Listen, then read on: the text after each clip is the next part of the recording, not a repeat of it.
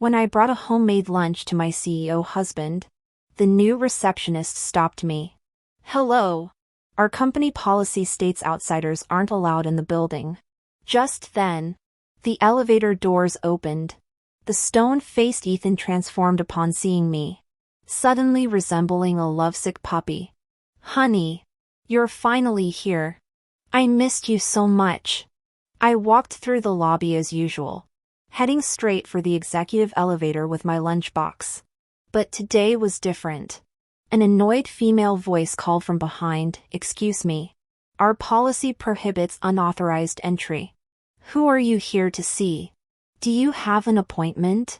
Her tone carried subtle disdain. Turning around, I saw an unfamiliar pretty face wearing a professional blazer. Her customer service smile didn't reach contempt-filled eyes. Must be the new receptionist. No wonder she didn't recognize me. I'd been bringing Ethan lunch for 8 months since his chronic gastritis diagnosis. Most long-term employees knew me by now, though confused by her unwarranted arrogance. I politely explained, "I'm family here to bring Mr. Wilson his meal." She snorted derisively. "Really? What 5-star chef are you that our CEO would prefer your cooking over our corporate cafeteria? What kind of family? Why not claim to be his wife? I've seen plenty like you at my last job." Aw. She thought I was another gold digger. Blinking innocently, I stated, "But I actually am his wife." The elevator chimed as I spoke. My husband emerged looking like the Grim Reaper incarnate, his assistant trembling while delivering reports. Storm clouds darkened his chiseled features until our eyes met. In that instant, Ethan's icy demeanor melted. He strode toward me with overflowing tenderness, practically broadcasting "lovesick fool" in neon letters across his forehead. His muscular arm draped over my shoulders as he whined dramatically, "Honey, you're finally here. I missed you so much." His eyes lit up childishly at the lunchbox. "What's for lunch today?" He might as well have been a kindergartner awaiting snack time. The receptionist's jaw dropped. The assistant mouthed, "Thank you, Mrs. Wilson, you saved my life," as I led my transformed husband back to his office. As the elevator doors closed, I heard her shocked whisper, "What the actual hell? Did she replace his soul? How do you even train someone like that?" I'd buy her manual. Train him? That's the funny part. This had nothing to do with me, pure system glitch magic. Realistically, a reclusive mid-list author like me would never cross paths with a Fortune 500 CEO. But last year, I discovered our world runs on systems that clearly malfunctioned. Even the robotic system voice sounded exasperated. Damn it. How did I glitch into this? I stared blankly at the pristine white wall before me. Are you trying to get me to respond? The system remained silent. After a prolonged pause, it sighed.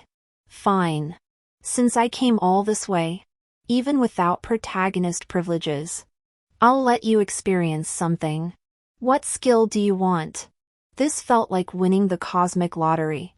3 options materialized. A. Domineering CEO falls for me. B. Enchanting socialite. C. 3-year-old prodigy child. Was this system a romance novel addict? The third option made me recoil. Genius children? No thanks. I'm a young woman who's never been in a relationship. Waking up as an instant mom sounded horrifying.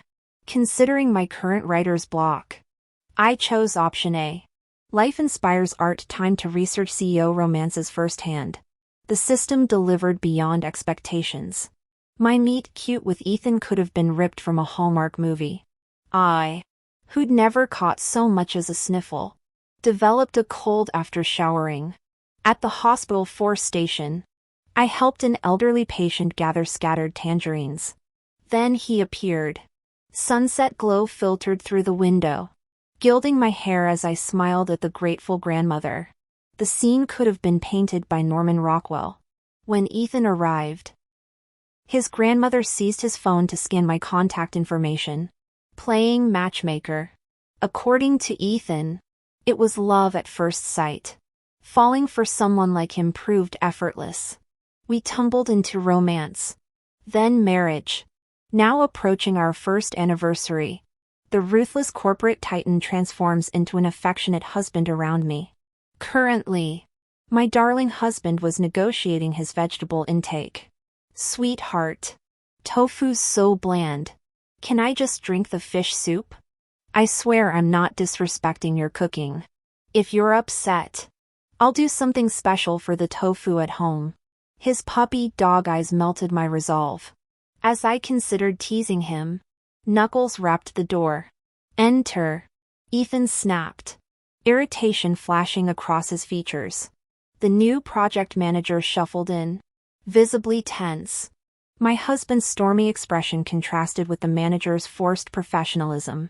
Since when do we interrupt lunch for reports? Ethan's tone could frost glass. The implied message, can't you see I'm having a romantic meal with my wife?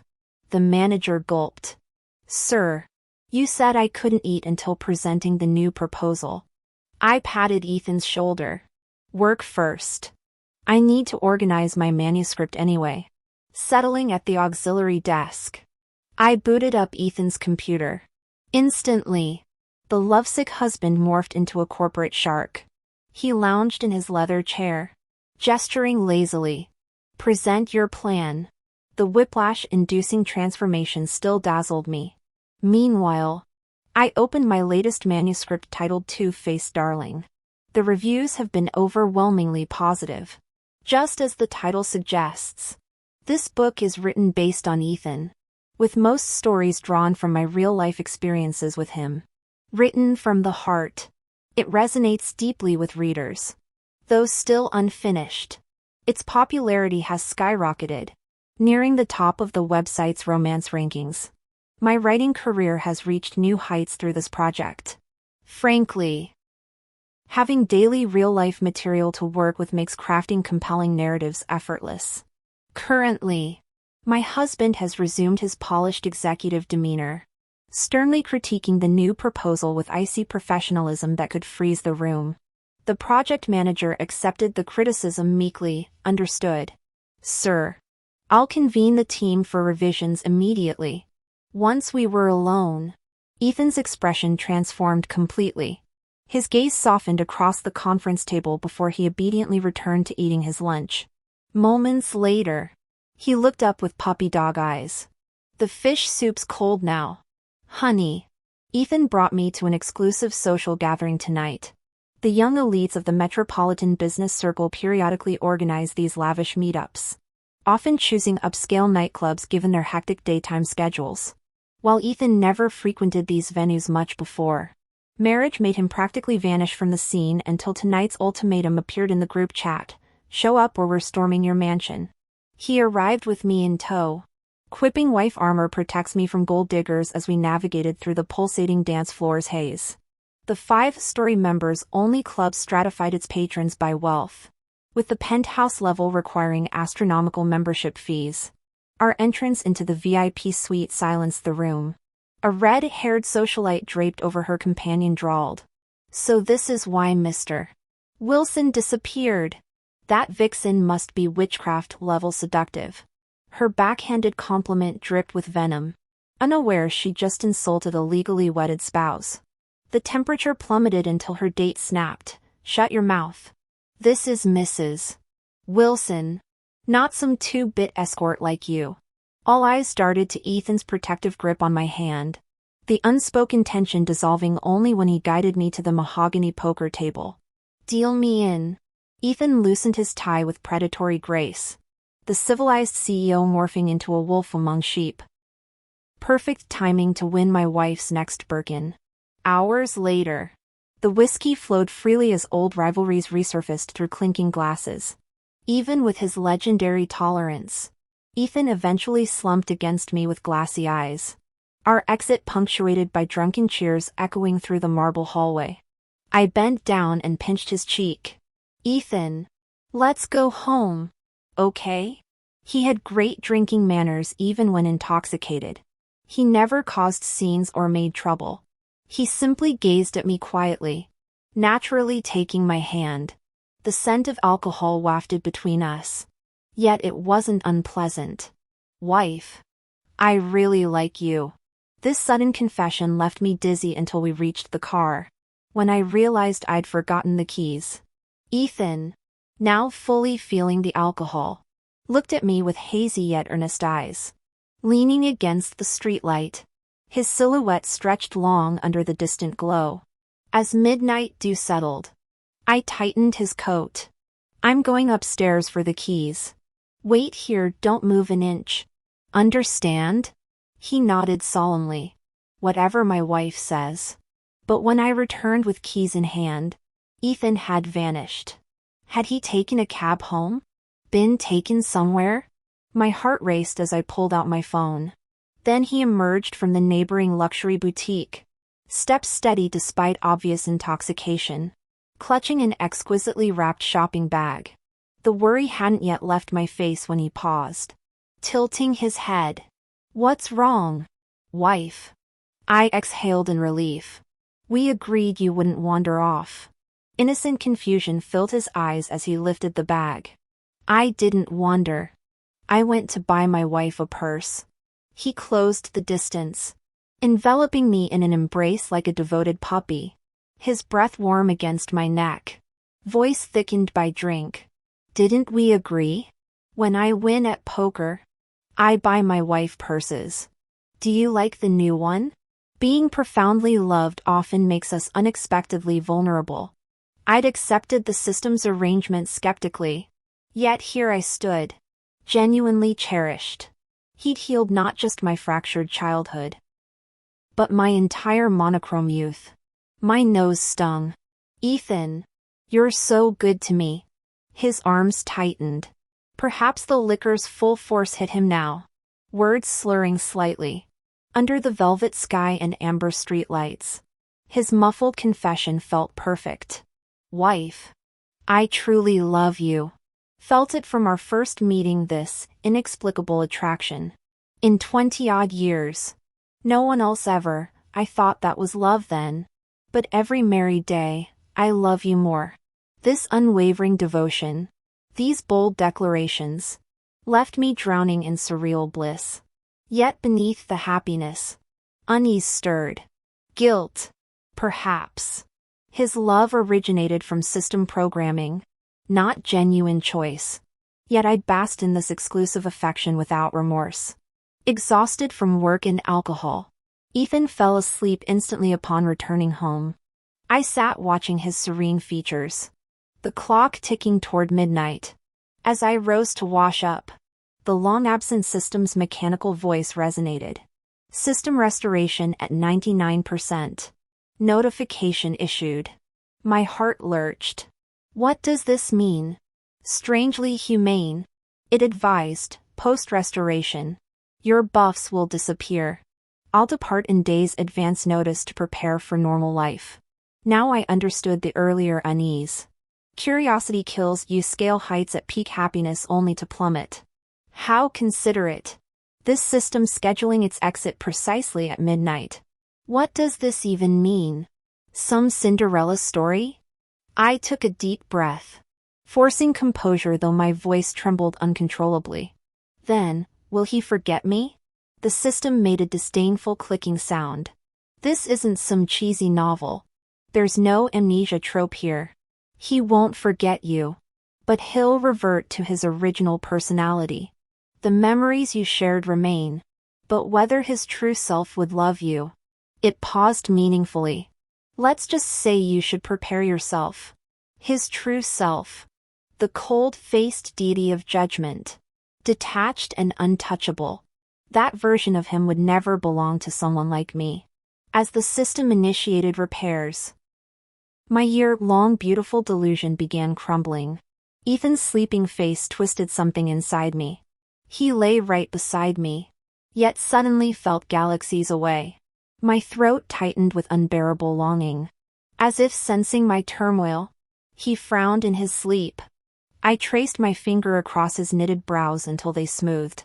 When I tried withdrawing my hand, Ethan's eyes flew open. He gripped my wrist, voice rough with sleep. Don't leave me, honey. I'm not going anywhere. You're so good to me. His murmur blended with the system's fading warnings. Blinking back tears. I forced casualness. Ethan, are you busy lately? Fighting drowsiness. Those peach blossom eyes struggled to focus yet answered with absolute sincerity. Wrapped up the major projects. Just the new product launch remains. His thumb brushed my knuckles. You'll come with me, right? My lucky charm should stand beside me during the ribbon cutting. Could you stay home these next few days? Let me just lean against you while I write. He nuzzled my palm without hesitation. Consider it done. Warmth seeped from his skin into mine. Okay. Only when his breathing deepened again did I bite my lip bloody to stifle sobs. Let me be greedy. Let me steal these last moments of his tenderness. Even sleep-drunk promises became treasures to hoard. True to his word, Ethan delegated all responsibilities next morning. He carried me to the bathroom despite my bedhead, murmuring breakfast plans. For 3 days, we existed in our cocoon, me typing against his thigh, him reading reports with one hand perpetually stroking my hair. On the third rainy evening, I typed the END against his shoulder while evening news played softly. My novel's comments section exploded instantly. UGHHH, I can't let go of this book. Ethan's everything loudly crying face. Ethan Wilson's supremacy. May he and the FL stay happy forever. Most soul-stirring romance I've read this decade. Author must have an amazing real-life love story revolving hearts. That last comment made me grin. I replied, we're very much in love.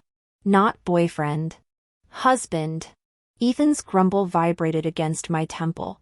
I laughed at his mock outrage. Since when are you such a stickler for semantics? This concerns my legal status. His fingers danced up my ribs. Aren't you supposed to be the wordsmith here? Only my husband's rose-tinted glasses would call my romance novels literary work. Under his expectant gaze, I amended the reply, the prototype isn't my boyfriend, but my husband. Satisfied, he kissed my forehead. My brilliant wife deserves fruit platters. Watching him hum in the kitchen, I wished this moment could stretch into eternity. But our borrowed time was running out. The system alert tone rang out mercilessly again. System bug has been fixed. Starting tomorrow, the host will no longer enjoy any privileges. I turned around in panic, realizing this notification targeted only me. Ethan was meticulously arranging a fruit platter. The system detected my anxiety. After delivering its formal announcement, it switched to a different tone. Don't worry. He can't hear anything. Only the host can communicate with me. I'm here to remind you, cherish your last night with buffs. After tomorrow, I'm out of the picture. Good luck. Fakes could never become real. My protagonist's privilege was expiring. Ethan approached with the fruit platter, 2 strawberries arranged in a heart shape. Tears welled up uncontrollably in my eyes. Ethan would reclaim his true self soon. The real him probably wouldn't love me. His chaotic, scripted life would return to normalcy, and my dream would shatter. Tears spilled over. Ethan immediately set down the platter and rushed to me. Honey, why are you crying? I wiped my face hastily, mumbling through tears while pointing at the TV news. This story, it's too moving. I'm sensitive. My husband cradled my face tenderly, kissing away the moisture at my eyelids. My little crybaby. Why so emotional? Vines of longing twisted around my heart, suffocating me. Staring at his concerned expression, I rasped, Darling, do you know Cinderella's story? Ethan raised an eyebrow. Want me to tell you Sleeping Beauty? No.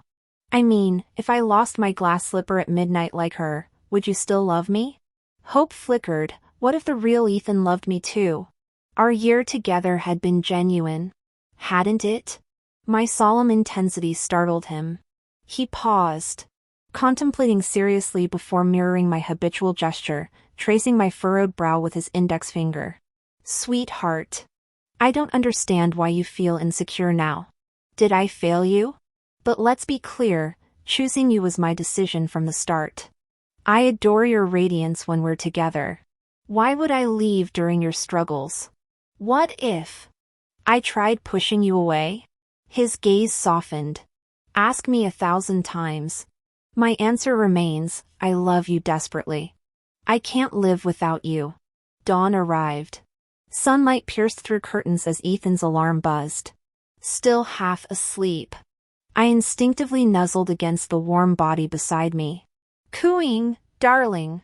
The moment my arm brushed him, he shoved me away. Ethan sat bolt upright, his gaze frostier than morning dew.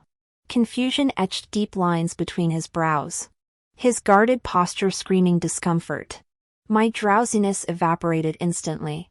The system had reset. My fairy tale ended. Perhaps my devastated expression triggered his courtesy. He stiffly apologized, sorry. This feels abrupt. The words stabbed deeper. Clutching the sheets, I forced composure. Does my presence unsettle you now? Silence answered. His mute admission pierced my heart. The man who'd held me tenderly yesterday now regarded me with impersonal detachment, just another face in the crowd. Overnight whiplash crushed my chest with leaden weight. Our mutual nakedness magnified the awkwardness, two strangers failing to piece together shared memories. Ethan simply dressed in silence and went for his morning run. He didn't come back, probably not wanting to face me, and went straight to the office. Perhaps Ethan was utterly perplexed now. How could he wake up one day and feel nothing for the wife by his side?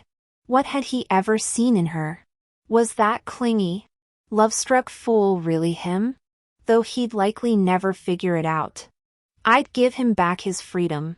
With that thought, I dutifully packed my clothes and prepared to move out of the villa. Better that than having Ethan shove divorce papers in my face later that I absolutely couldn't bear. I wanted to take the wedding ring I'd always kept in the bedside drawer. The last memento of this marriage. I'd rarely worn the expensive thing, but my gaze caught on a note left on the nightstand. Ethan had secretly written it last night while I slept. Sophia, please stay. Don't overthink this, I'm the one who can't live without you. I crumpled the paper in my fist and slammed my suitcase shut. Screw it. I'm staying. Maybe he just needs time to adjust. No affection doesn't mean disgust. If he doesn't hate me, I'll win him back. Our year of marriage was real. After putting everything back, I chugged metaphorical motivation juice and marched to the kitchen to make Ethan's favorite lunch. He'd been home with me for days, his work must be piling up. That productivity demon probably forgot to drink water, let alone eat. At noon, I arrived at his company. The receptionist now bowed deeply, her smile saccharine until the elevator doors closed. Ethan's doing, no doubt. After last time, he'd probably circulated my photo as Mrs. Wilson company-wide, though that privilege still came with protagonist perks. Through frosted glass, I saw Ethan bent over documents even during lunch hour. His assistant scrambled through paperwork mountains. The coffee cup sat cold. I quietly pushed open the door, planning to wait in my usual corner. Can't follow basic etiquette? No knocking? His deep voice snapped without looking up from files. Somehow always hyper-aware of intrusions. I tightened my grip on the lunchbox. It's me. Only then did Ethan lift his gaze. But the warm spark was gone. His brow twitched imperceptibly. Why are you here?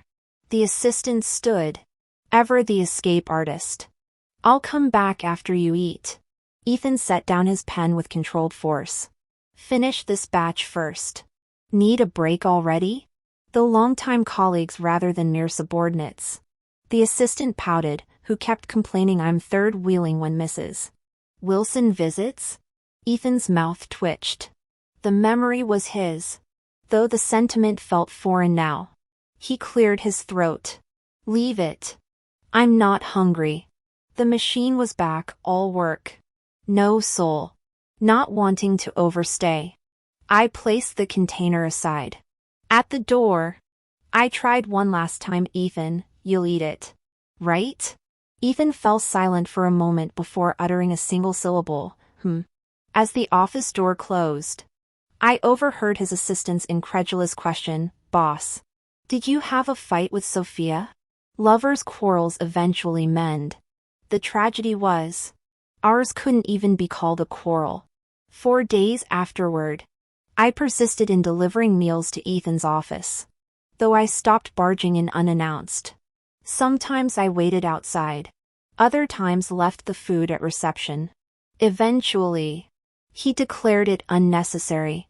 "This is too much trouble. Focus on your own interests, the company cafeteria suffices." His gentle dismissal pushed me further away. With the quarterly flagship product launch approaching, Ethan became consumed. He stopped coming home altogether, camping at the office instead, though he politely texted updates. We both knew the truth, our penthouse was 15 minutes away by car. Even during last quarter's more critical launch, he'd return home past midnight, tiptoeing through our bedroom to embrace me without waking. Back then he'd murmur, "Recharging. Holding you gives me energy for the whole day." The office rumor mill churned mercilessly. Sophia stopped delivering meals. The CEO living at headquarters. To outsiders, his sudden coldness might signal fading interest or infidelity. But I knew the harder truth, perhaps genuine affection never existed. I sat motionless until dawn, chilled by the unshuttered balcony wind. Strangely, clarity arrived with sunrise. I needed to reclaim my life and restore Ethan's. He returned at daybreak, shadows bruising his eyes from all-nighters. Despite exhaustion, he maintained immaculate composure. My disheveled state only magnified the contrast. Startled to find me in the living room, he stiffened. "Good morning. Came for documents," he said evenly, striding past toward his study. Some decisions require months of preparation, others demand impulsive courage. Knowing my tendency to cling, I clenched trembling fists and stood abruptly. "Ethan, are you busy?" He paused. Could you spare 15 minutes? We need to talk." He summoned his driver and assistant via phone, granting me 30 minutes. My bitter smile escaped. The man who'd once canceled 3 business days to lounge with me now rationed half-hour increments. Blinking away rising tears, I met his gaze steadily. "Let's divorce. Are you free tomorrow for the courthouse?" His index finger twitched imperceptibly. Silent scrutiny followed, those impassive eyes dissecting my motives. Was this another ploy? I continued. "This isn't manipulation. I mean every word." "What do you?" "No time." I was halfway through my sentence when Ethan finally spoke. "I'm flying to Shanghai today and tomorrow for business." I tried to be understanding. "What about the day after?" "The day after? I need to inspect the branch office." "The day after that works too. All staff meeting." If Ethan hadn't maintained such an impassive expression, I might have deluded myself into thinking he was reluctant to part. Taking a deep breath, I compromised again. "What time does your meeting end?" "Sophia." Ethan said my name with grave formality, his steady gaze and measured tone reminiscent of corporate negotiations. "I'll be occupied with quarterly product launches. No availability." "Too busy for divorce proceedings?" I expected coldness, but not this glacial. Biting my lip to suppress any vulnerability, I forced steadiness into my voice. "No problem. Contact me whenever convenient. My schedule's flexible. Or have your lawyer draft the papers, I'll sign immediately." His phone chimed with an assistant's voice message. "Boss, quit canoodling with the missus. We'll miss our flight." We both froze, though Ethan's face remained stone-carved. The flicker in his eyes betrayed discomfort. I broke the tension with exaggerated nonchalance, waving him off. "Go ahead. I'm moving out tonight anyway. You won't need to hide at the office anymore. Remember to eat properly. Your gastritis flares get brutal." "Ethan." My voice quivered despite myself. May your future be smooth sailing. Ethan's features twisted with unreadable conflict. I stopped caring to decipher it, letting my hair curtain teary eyes. I shoved him toward the door. Hurry! You'll be late. His footsteps retreated.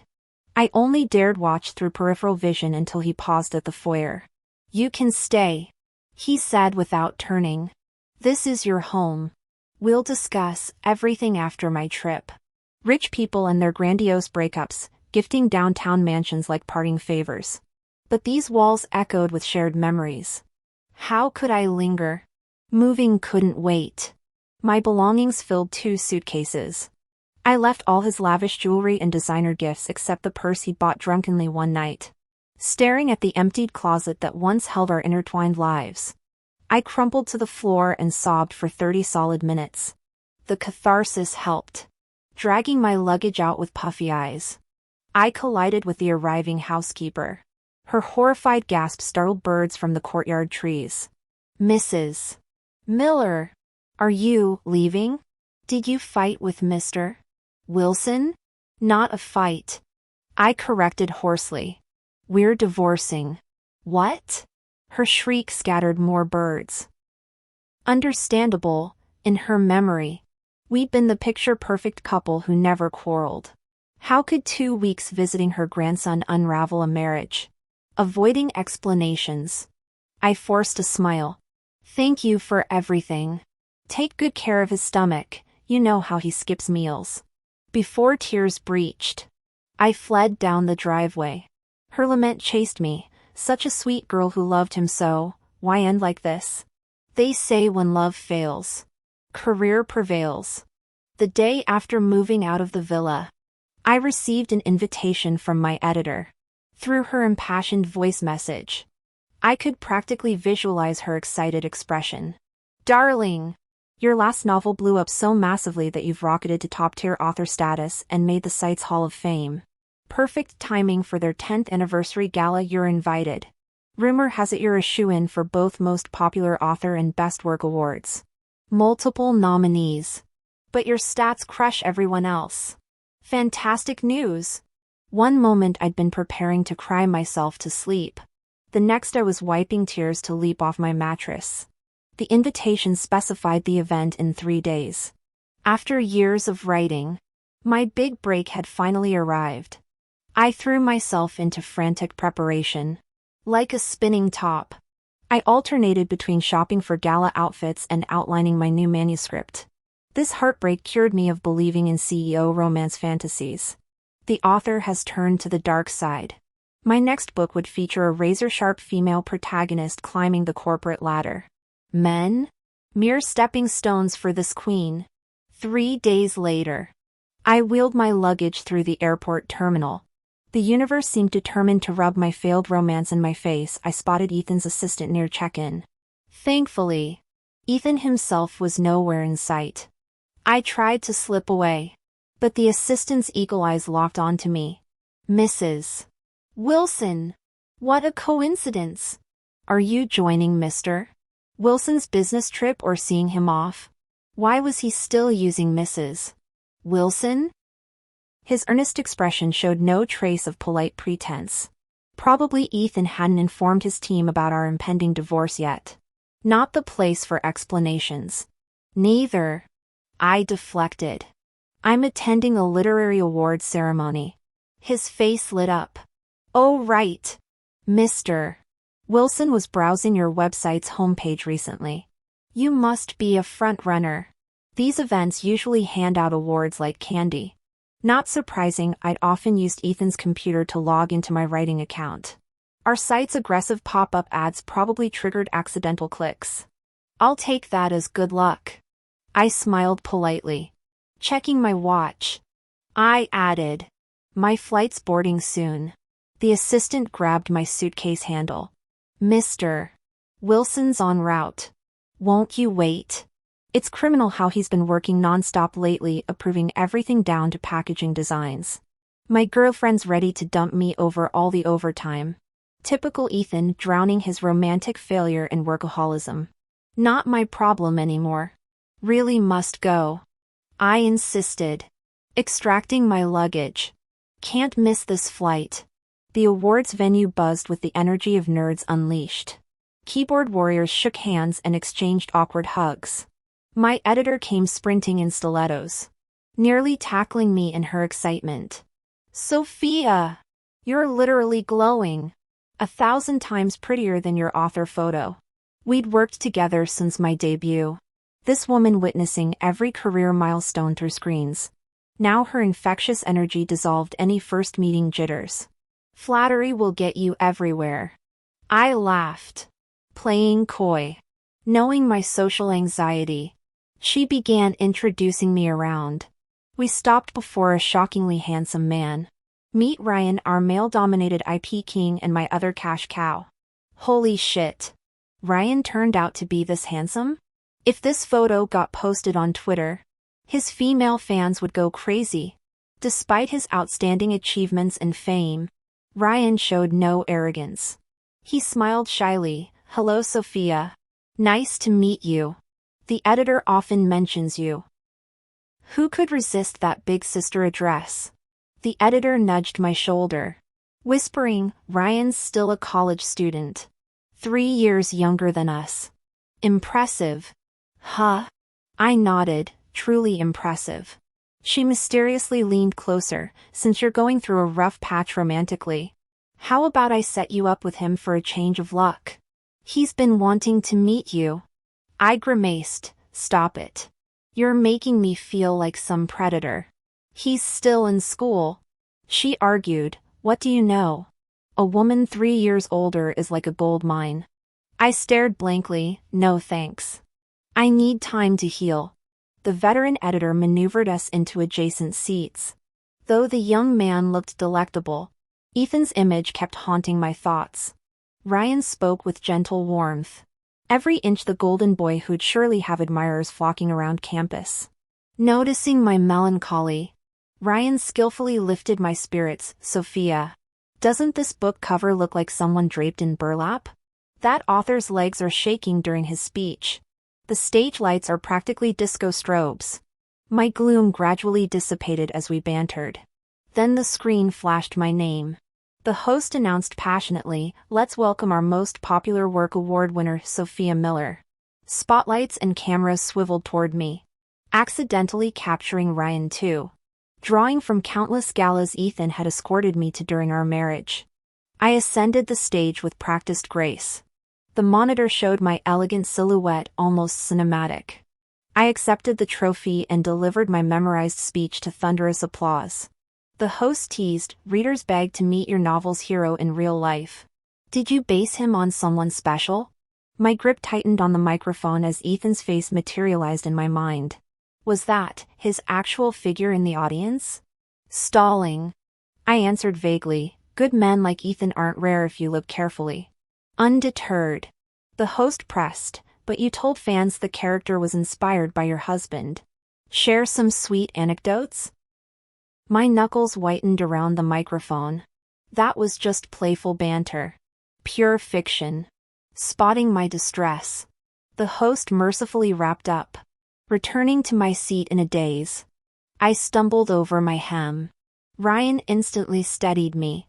You all right, Sophia? I shook my head and looked up, only to lock eyes with Ethan across the crowded room. It wasn't my imagination, he was really here. My breath caught. Though surrounded by people, Ethan always carried himself with innate distinction, standing out like a crown jewel. Wasn't he supposed to be on a business trip? How did he appear here out of thin air? Before I could process his presence, hot tears I'd been holding back spilled over. Ryan noticed my distress first, following my gaze though finding nothing unusual. The young man abruptly pulled off his necktie and pressed it into my hands. Why are you crying? Sis? Did you get hurt somewhere? Regaining composure, I slowly shook my head and sat down, though I dared not turn around. Ethan's gaze burned between my shoulder blades like physical weight. I refolded Ryan's tie neatly instead of using it, returning it to him. Blushing slightly, the young man pleaded, I'm terrible at tying these. Could you help me before I go on stage later? His earnest request left no room for refusal. My fingers moved automatically through the familiar motions I'd performed this ritual countless times over the past year. For Ethan. He'd personally taught me every step of this intimate dance with silk. Thank you, sis. Ryan's dimpled smile momentarily pierced my gloom. The remaining ceremony passed in haze. When the website founder concluded his triumphant speech, staff ushered us toward waiting cars for the evening banquet. Our path forced me to walk directly past Ethan's seat. He remained sprawled in his chair, suit jacket unbuttoned with indolent grace that made my throat tighten. The beaming founder spotted him and hurried over. Ethan! Had I known our honored guest would grace us, I'd have reserved the front row. Your assistant declined the invitation. Ethan rose with practiced charm. No need for formalities. I merely came to observe. His velvet voice drowned out all other noise around me. Distracted, I lingered until becoming the last attendee exiting. The shuttle buses appeared full when the organizer suddenly frowned. We're short one seat. Ryan materialized beside me jingling car keys. I drove here. Ride with me? I nodded just as Ethan's calm interjection froze us both. Take my car, Sophia. He addressed me directly. Ethan had a habit of never taking taxis. Whenever traveling for business, he'd arrange private transportation before landing. I wasn't surprised he had a car in this city. But why would he specifically offer me a ride? Weren't we getting divorced? Was he carrying divorce papers to make me sign during private time? The website owner sensed tension and intervened, grabbing Ryan's hand. Downtown traffic's terrible. Ryan should ride with me to avoid getting separated. Ethan opened the passenger door before I could decide seating arrangements. The familiar leather seats felt strangely oppressive this time. After miles of silence, he finally spoke. You moved out? I twisted my fingers. Are you here to deliver divorce papers? We need to talk properly. Let me find parking. As he rolled down windows in a parking lot, cigarette smoke wafted through. Mind if I smoke? You've been smoking more? Stress. He stubbed out the cigarette abruptly. I don't want this divorce. My breath caught. Ash fell on his slacks as he continued hoarsely. I haven't slept well since you left. Waking up to this detachment. My actions this past year feel foreign. Like watching someone else's life.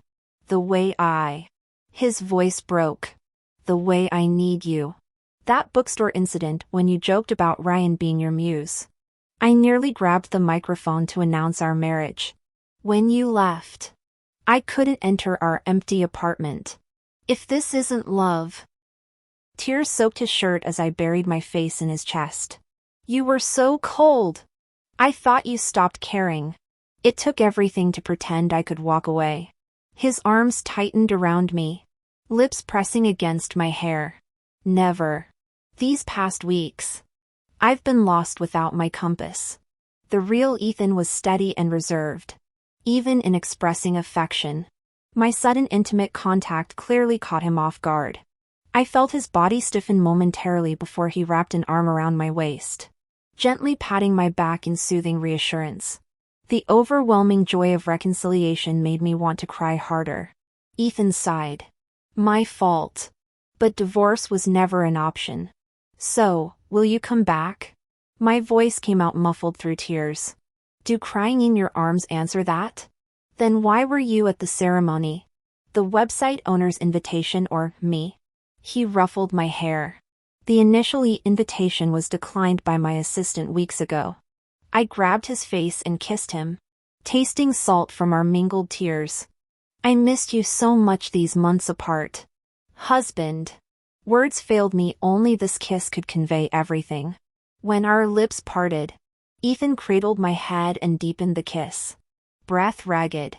Now that's a proper kiss. Even the most composed man couldn't suppress primal instincts.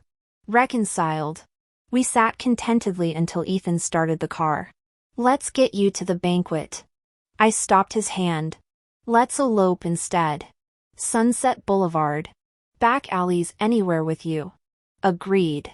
My phone buzzed with messages from my editor. Where are you? The rival editors raving about your writing. Begging me to push your next romance ASAP. Told her you're switching to corporate thrillers. Her disappointment could power a small country.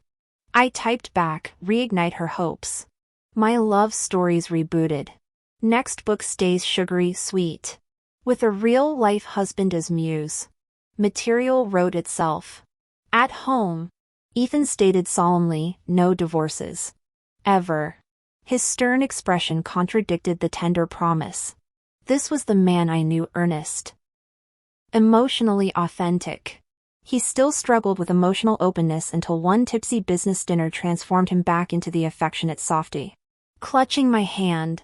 He slurred, wife. I mean it, never felt this way. Let's announce it. Everyone should know I'm your husband. He proceeded to post couple selfies on both our socials. Filming his adorable antics with permission. I replayed the footage next morning. That's not me. He denied. Brow furrowed. Unless there's another Ethan? He exhaled sharply. There isn't. Do you love me? Always.